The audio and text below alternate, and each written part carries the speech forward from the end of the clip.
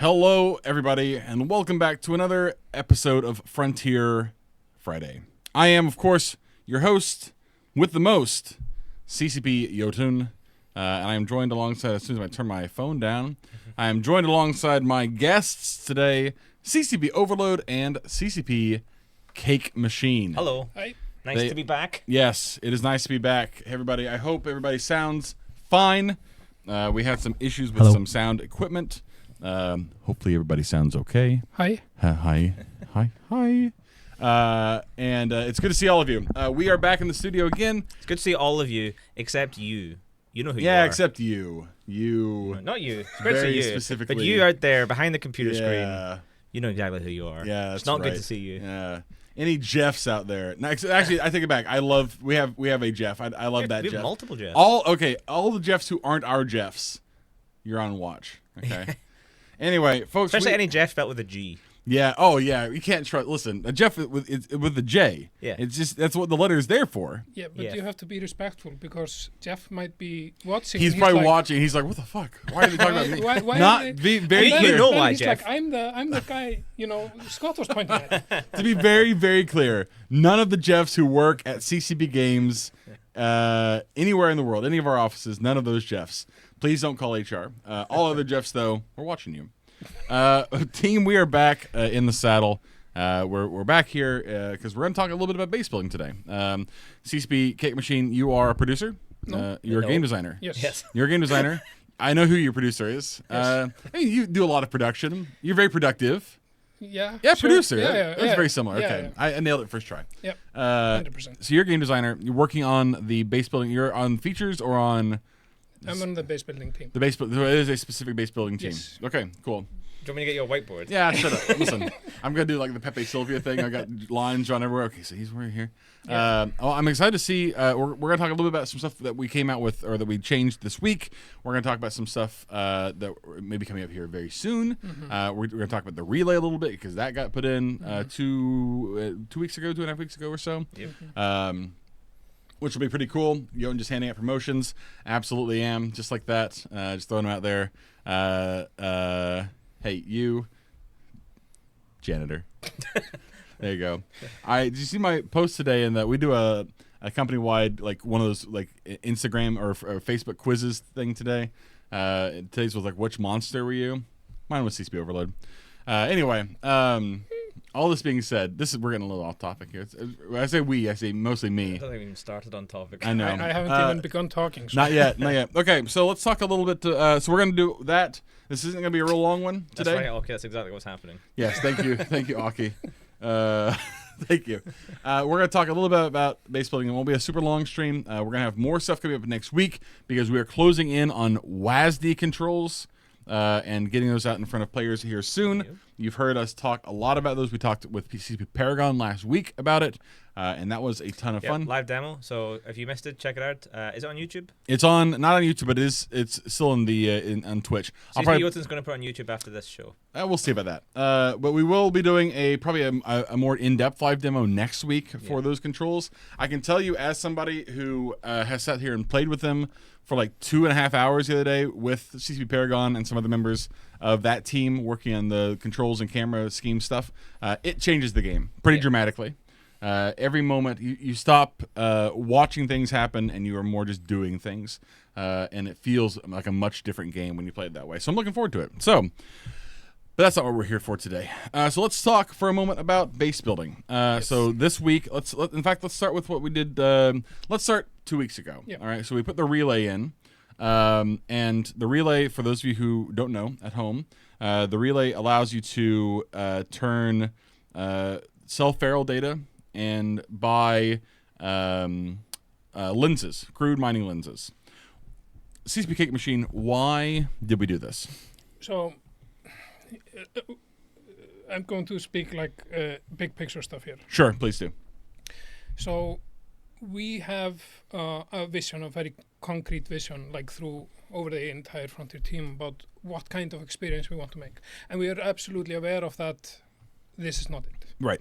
But what we're doing is we're setting up foundation so that we can grow towards that direction. And at times it will feel strange, or Sure. like it will feel confusing But for us, like we have a clear direction, and we're heading towards it. And one of them is like we don't want players to propagate around stations. We want them to naturally spread through the world, right? But when the only means of selling feral data or buying lenses is in the stations, then obviously the majority of the player base will congregate around those. Right. So this is a step in the direction of actually creating incentive to spread out, Sure. right? And we want to follow up on that with further iterations, right? And I'm just going to like give you a high level of where we want to take that going forward, which is, so in order to be able to use the relay, because currently you can use it anywhere, but the idea is in order to be able to use the relay, you would have to be connected to a network, right? And the source of those networks might be the stations, but then players would have to extend the range of it, right? So, in fact, creating a network which we can use for various gameplay purposes, but the players have to build up the network. And that also creates a very big distinction. So, as the network expands, so does civilization, right? Got it. So that's kind of what we want to happen, and we want to happen organically away from some central locations. Right. But then what if I live somewhere where there isn't network coverage? Well, then I live in the woods. Right. And Right. if I want to sell my feral data, or if I want to buy lenses, I have to go and track to society. Sure. Right? Okay. Yeah, that makes sense. But that society grows organically through player actions, right? The extension of that network is something we leave up to the players, and we don't mess with ourselves. Like that's where we want to head with this, right? Sure. And not just for feral data and lenses, but for any kind of interconnected activity which relies on for instance, if players create an insurance company, that insurance company would operate under the network. Sure. They cannot operate in the woods because they don't have any coverage in the woods, right? Okay, yeah, that makes sense. Just as an example. Sure. Same with something like emergent policing or any kind of infrastructure that relies on connectivity. Right. That would be dependent on Well, and that network. this really does feel like it needs to be something that is kind of thoughtful, right? Because when we talk about Lux sinks and Lux faucets, which is effectively what the relay now facilitates, right? Yep. You have the faucet in feral data, and you have the sink in lenses. Kind of is how that would work. I think is how. Yeah, that makes sense to me. That's something that is really powerful. It's our biggest tool for balancing economies in game currently. So in order to that needs to be done in a way that is not just like, okay, this is the only, like to your point earlier about getting people just away from stations, away from these keeps, right? Yeah. If you have the only source of that located in one location, then of course people are going to congregate around it, because that's the only place economy can happen. Yeah. Right. And I also want to be clear about, like, because there's an insight into how we're doing things from this, which is like I've said what we envision going forward, right? Yep. And instead of like sitting on our asses and trying to build that for months and years, we want to just do something quick. Sure. We want to build it up in steps, and also that will help us inform what it will become. Okay. Because at least the way I see game development, it's a cooperation between these fine folks over here and us, right? Yeah.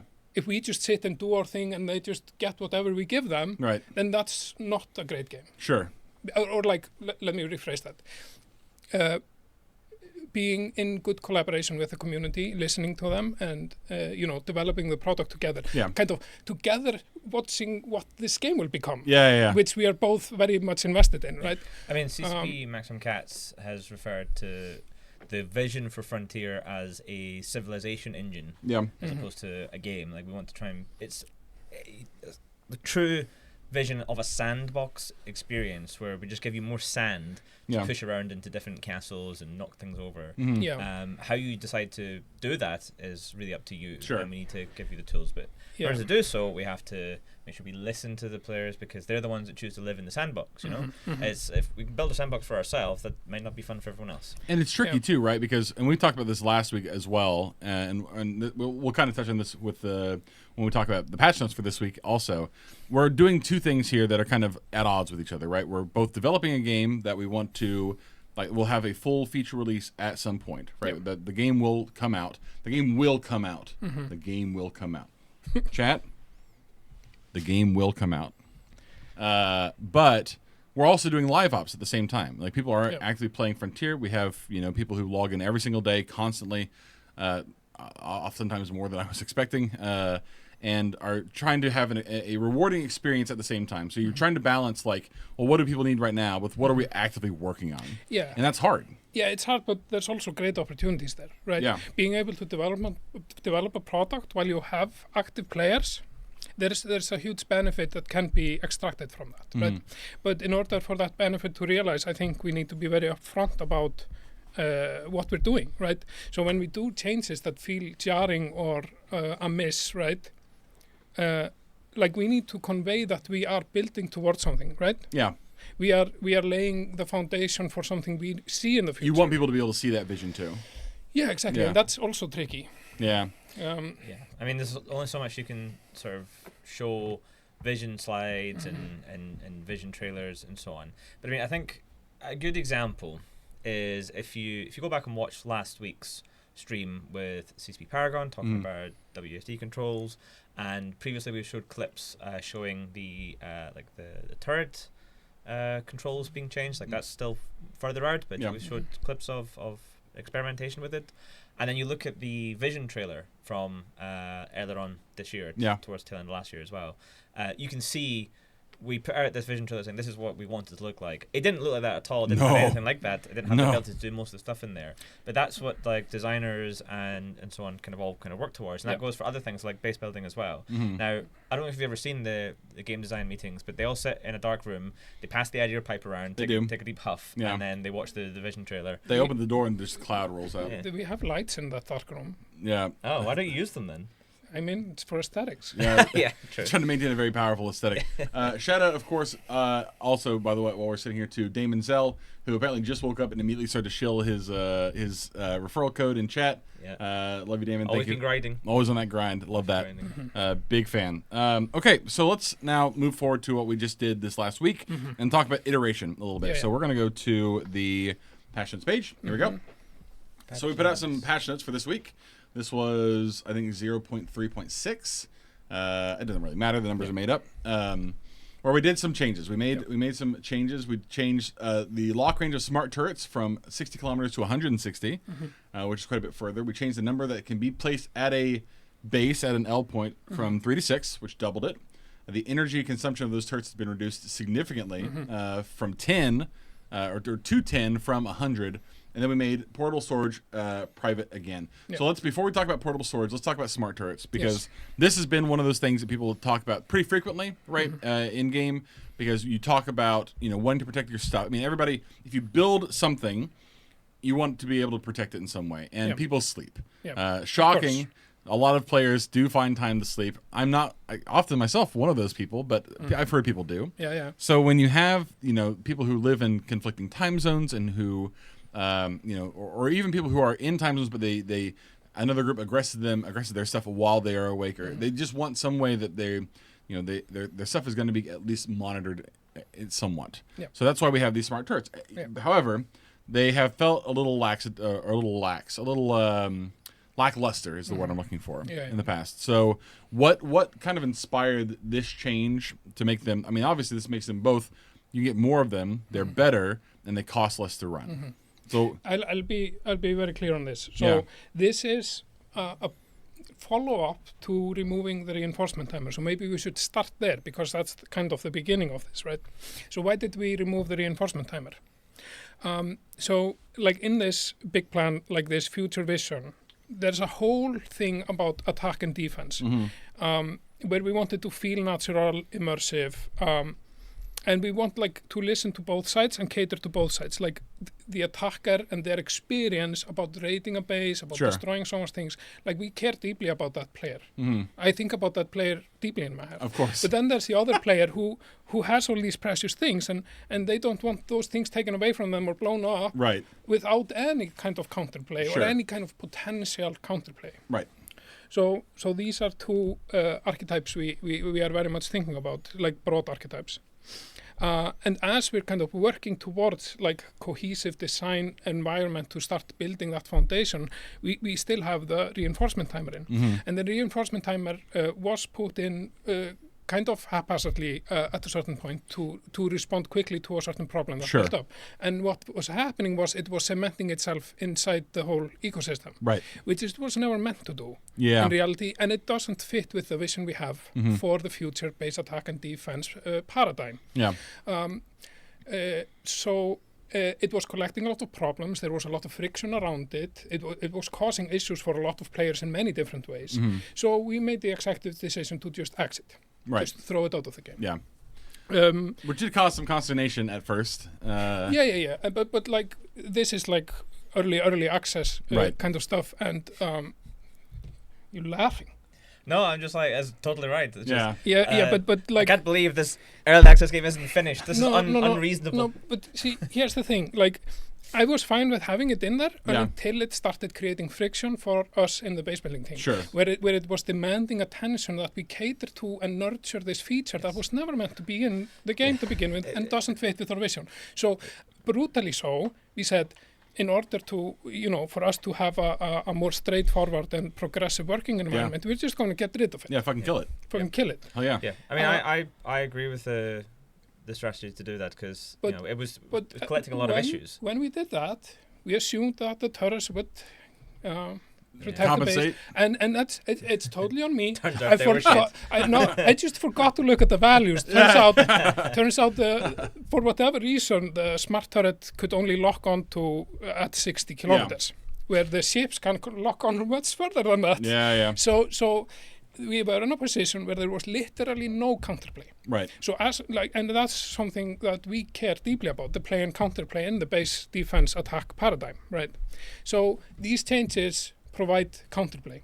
And this is done with testing. And the reason why it has such an increased range and increased the number is because the ship has a much easier time of tracking the turrets than the turret tracking the ship.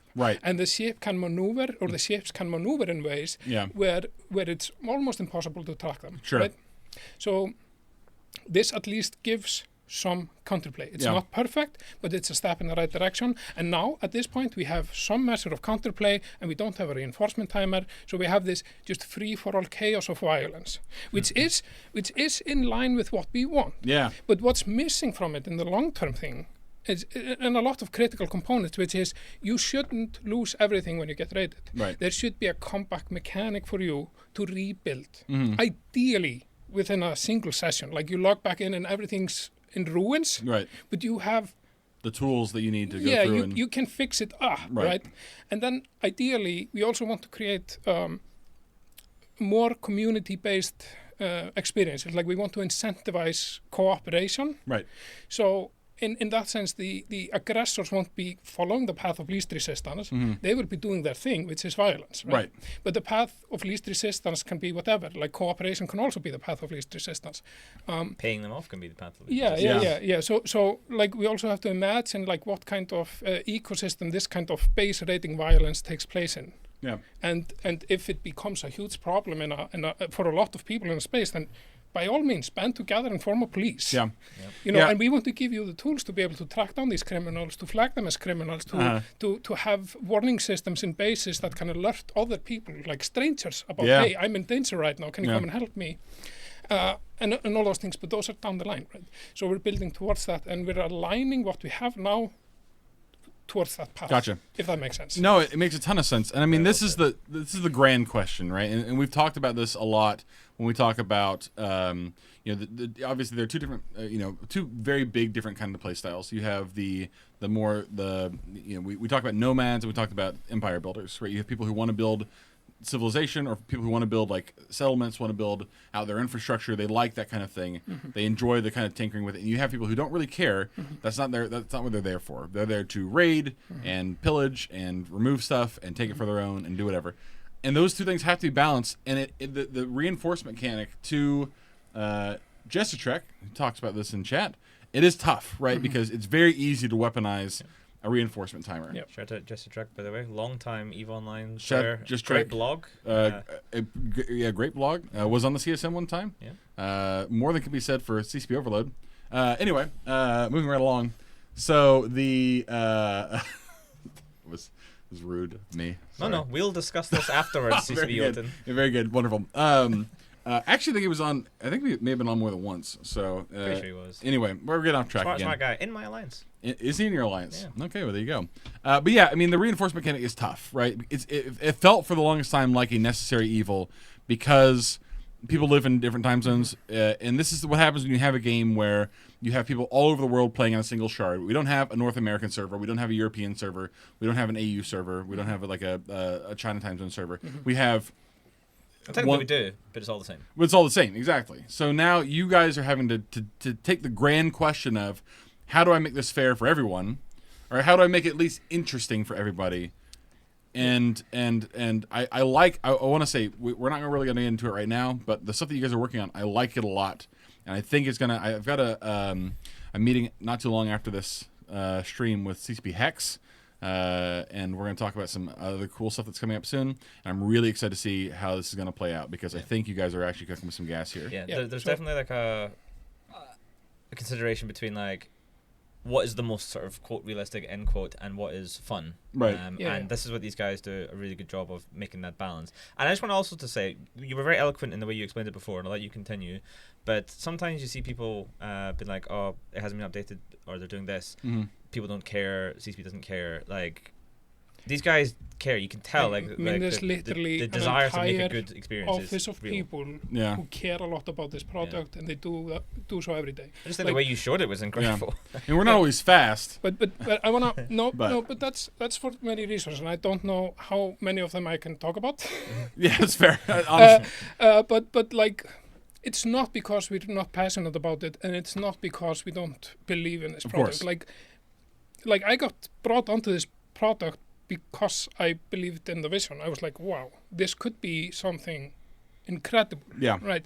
And I'm not going to pass up an opportunity like that. And when I get into that space, I'm going to be all in towards that. Yeah. And I'm surrounded by people who feel the same. Hell yeah. Right? But I wanted to add to the point is like, why do I love the violent marauder who just wants to grieve people? Yes. And it's not because... Is it sex appeal? Not only. Okay, fair enough. So, and I just want to talk about a couple of titles, Ultima Online and... Blast from the Past. And Rust. So these are both games with like open world PvP. Mm-hmm. Anyone can attack you at any time. In some places there are some consequences, in other places there are different consequences. But when you meet someone in the wild, knowing that they could rob you, they could murder you, and it would be rather easy for them. Yeah. To have a friendly connection with them is so much more meaningful because of in the space it's happening. Right. If it's not a no PvP server, then that's just the default, and it's nothing special about that. But making friends in a dangerous place. And I just want to tell you a story from last night. I was playing Rust. Okay. And I'm very friendly in Rust. I don't do violence. You're friendly in real life too, mostly. Yeah.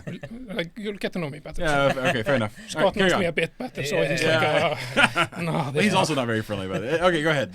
And anywho, so I had this neighbor who was building next to me. Yeah. And like in typical Rust fashion, like he's just building a twig base. I could run over there with my AK to just get the drop on him, take all his building mats. He's not coming back. Mm-hmm.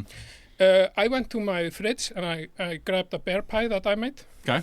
And I walked over to him and I was like, hey, and I waved him like over here. And he turned around and he shot me. I was like, no, don't. And then he came over and was like, please help me. And he did. And he met at me and was like, hey, I just wanted to say I'm your neighbor. I live over there. And I just brought you this bear pie. And just welcome to the neighborhood. What way to introduce yourself?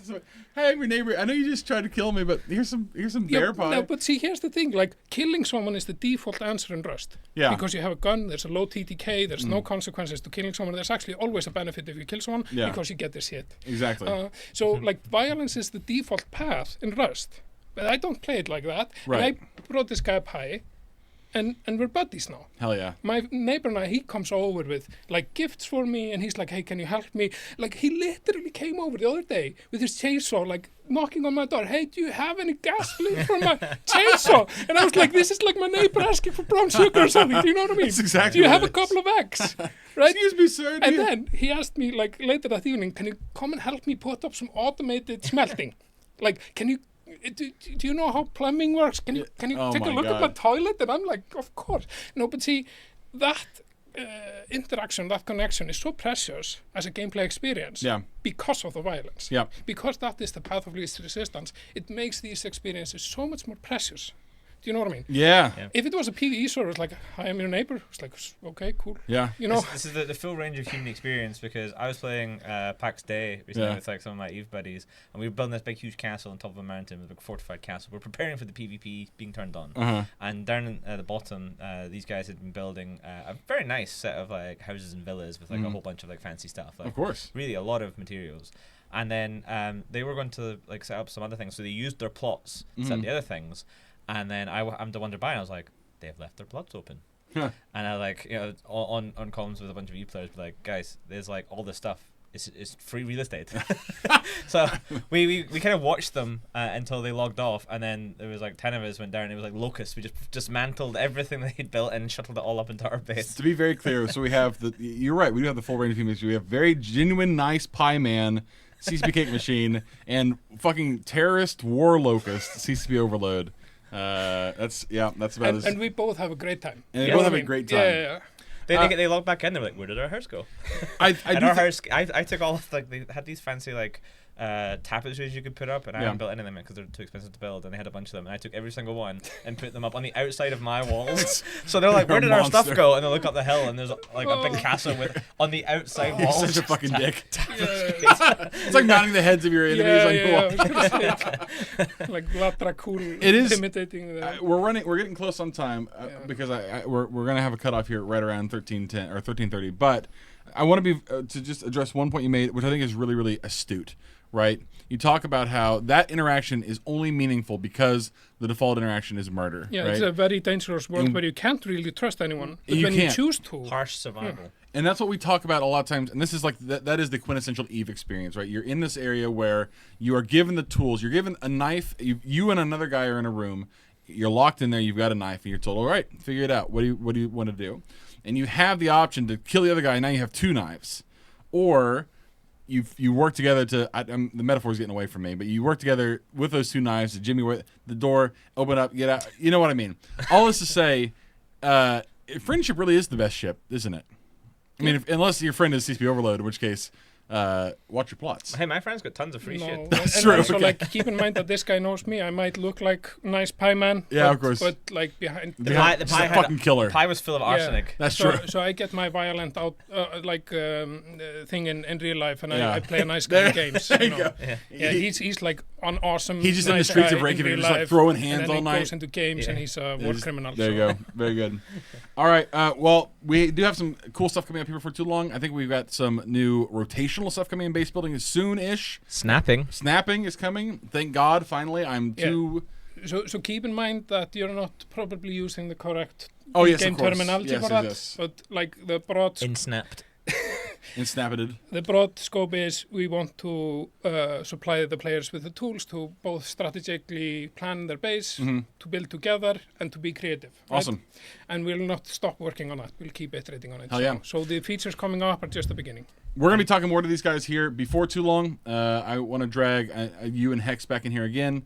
Once we have some more feature stuff we can show people too, we'll put some stuff on the screen and on that screen and all the screens. We'll be talking next week probably more about manual controls and cameras and all kinds of cool stuff. So check that one out if you're around. We'd love to have you. And as always, this is a collaborative experience. So even if you don't play the game, even if you're not a founder, we would love for you to be a founder. Obviously, always. This is the part that they love it when I say. But you don't have to be. You can just join our Discord and talk shit. You can talk about how much you hate it. If you want to, that's also fine. Trust me, you won't be the first, but we love your company anyway, and we'd love to have you around. So we have a lot of really cool people working on cool stuff. Thank you so much, CCP Cakemachine, for coming. Thank you too. To talk with us. Thank you, CCP Overload, for just being you. He's so. He'll say that all the time. He's just so swell. I, of course, have been CCP Jötunn. Thank you all so much for being here, and until next time, we will see you on the frontier. Have a good afternoon. Bye-bye. Bye. See ya. Oh, wait, before we go, later on this afternoon, 4 o'clock, 1600 UTC, check out the EVE Online Directors Chat. They're going to have, I think, CCP Rotati, CCP Burger, CCP Swift, CCP Okami is going to be on there as well. It's a thing you're going to be talking about the upcoming Catalyst expansion. Check it out. It's very cool. Okay, now goodbye. See ya. Bye-bye. Later. Bye.